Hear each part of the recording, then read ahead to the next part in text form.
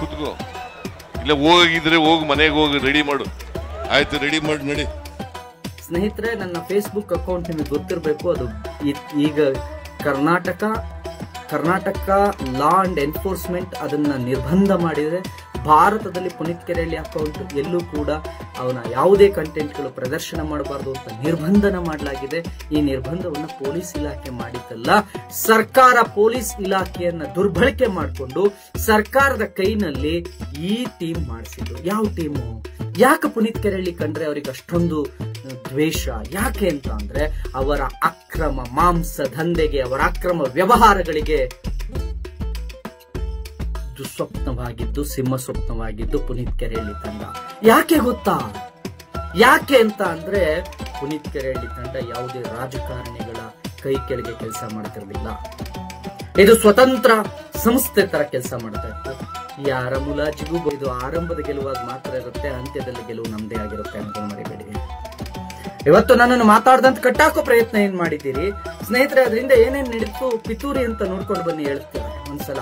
ಅಂದ್ರೆ Google pay ಬರಬಾರ್ದು, phone pay ಬರಬಾರ್ದು, ಹಣನೇ ಬರಬಾರ್ದು. ಇದು ಒಂದ್ ಕಡೆ ಆದ್ರೆ ಇನ್ನು ಬೆಂಬಲ ಸಿಗಬಾರ್ದು, ಇವನ್ ವಿಡಿಯೋಗಳು ಜನರು ಮುಟ್ಟಬಾರ್ದು, ಇವನ ಯಾವ ಮಾತುಗಳು ಜನರನ್ನು ತಲುಪಬಾರ್ದು ಅಂತ ಏನೆಲ್ಲ ಮಾಡಿದ್ರು ಅಂತ ಒಂದ್ಸಲ ನೋಡ್ಕೊಂಡು ಬನ್ನಿ. तो दिखाएंगे आपके ऑप्शंस क्या क्या है, क्या बोल करके आप रिपोर्ट करेंगे. अरे उसका अकाउंट रिपोर्ट करके आप ब्लॉक कर दीजिए ना. एक बार उसका अकाउंट ब्लॉक हो जाएगा तो ना गूगल पे आएगा ना फोन पे आएगा. इसके ऊपर एक्शन लीजिए, कलम का इस्तेमाल करिए.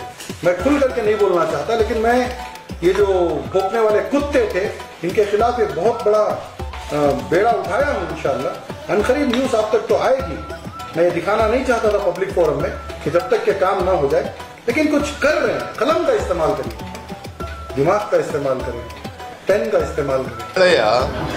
ಗೊತ್ತಿಲ್ಲ ಸುಮ್ಮನೆ ಪ್ರಶ್ನೆ ಕೇಳಿದ್ರೆ ಹೇಳ್ದಷ್ಟು ಹೇಳ್ರಿ. ಗೋಪಿಗೌಡನ ಮೇಲೆ ಕೇಸ್ ಹಾಕ್ಲಿಲ್ಲ. ಗೋಪಿಗೌಡನ ಅಷ್ಟೂ ಖಾತೆಗಳನ್ನ ತೆಗೆದಾಕಿದ್ರು. ಯಾರು ಬೆಂಗಳೂರಿನ ಜನಕ್ಕೆ ನಾಯಿ ಮಾಂಸವನ್ನ ತಿನ್ನಿಸಿದಂತಹ ಆ ರಜಾಕಿದಾನೆ, ಆ ನಾಯಿ ಮಾಂಸದ ರಜಾಕಿದಾನೆ, ಸರ್ಕಾರದ ಅಧಿಕಾರಿಗಳನ್ನ ದುರುಪಯೋಗ ಪಡಿಸ್ಕೊಂಡು ಇಲ್ಲಿವರೆಗೆ ನನ್ನ 4 ಖಾತೆಗಳನ್ನ ತೆಗೆದಿದ್ದಾರೆ. ಹೇಗಾದ್ರೂ ಮಾಡಿ ಗೋಪಿಗೌಡ ನಿಲ್ಲಿಸಬೇಕು, ಹೇಗಾದ್ರೂ ಮಾಡಿ ಗೋಪಿಗೌಡ ಮಾತಾಡೋದು ನಿಲ್ಲಿಸಬೇಕು ಅಂತ 10 ಕೇಸ್ಗಳನ್ನ ಮಾಡಿದ್ರು, 10 ಲಕ್ಷದ ಬಾಂಡನ್ನು ಕೇಳಿದ್ರು. ಕೊನೆಯದಾಗಿ ನನ್ನ ಎಲ್ಲಾ ಖಾತೆಗಳನ್ನು ಕೂಡ ನಿರ್ಬಂಧಿಸಿದ್ರು. ನನ್ನನ್ನು ನಿಲ್ಲಿಸ್ಲಿಕ್ಕೆ ಈ ಕಾಂಗ್ರೆಸ್ ಸರ್ಕಾರದ ಕೈಯಲ್ಲಿ ಸಾಧ್ಯ ಇಲ್ಲ. ಸುಮ್ನೆ ಬಂದ್ಬಿಟ್ಟು ನೀವು ನಾಯಿ ಮಾಂಸ ತರ್ತಿದ್ದೀರಾ, ಅವರೇ ಓಪನ್ ಮಾಡಿಸೋದು ಬಾಕ್ಸ್ನ. ಎಲ್ಲ ಕುರಿಗಳದು ಇದಿದೆ, ಹೆಡ್ ಇದೆ, ಅದರಲ್ಲಿ ಏನ್ ತಪ್ಪಿದೆ? ನಾಯಿ ಮಾಂಸನ ಅದು. ಸುಮ್ಮನೆ ಇದೆಲ್ಲ ರೋಲ್ ಕಾಲ್ ಮಾಡಕ್ಕೆ ನಾನು ಏನ್ ಹೇಳ್ತೀನಿ ಇವ್ರಿಗೆಲ್ಲ ಅಂತ ಹೇಳಿದ್ರೆ, ಒಂದು ಮನವಿಯನ್ನು ಮಾಡ್ತೀನಿ. ಕಷ್ಟಪಟ್ಟು ದುಡಿದು ಸಂಪಾದನೆ ಮಾಡಬೇಕು. ಈ ತರ ಬಂದ್ಬಿಟ್ಟು ಹೇಡಿಗಳ ತರ ಥರ್ಡ್ ಕ್ಲಾಸ್ ಕೆಲಸ ಮಾಡಬೇಕು.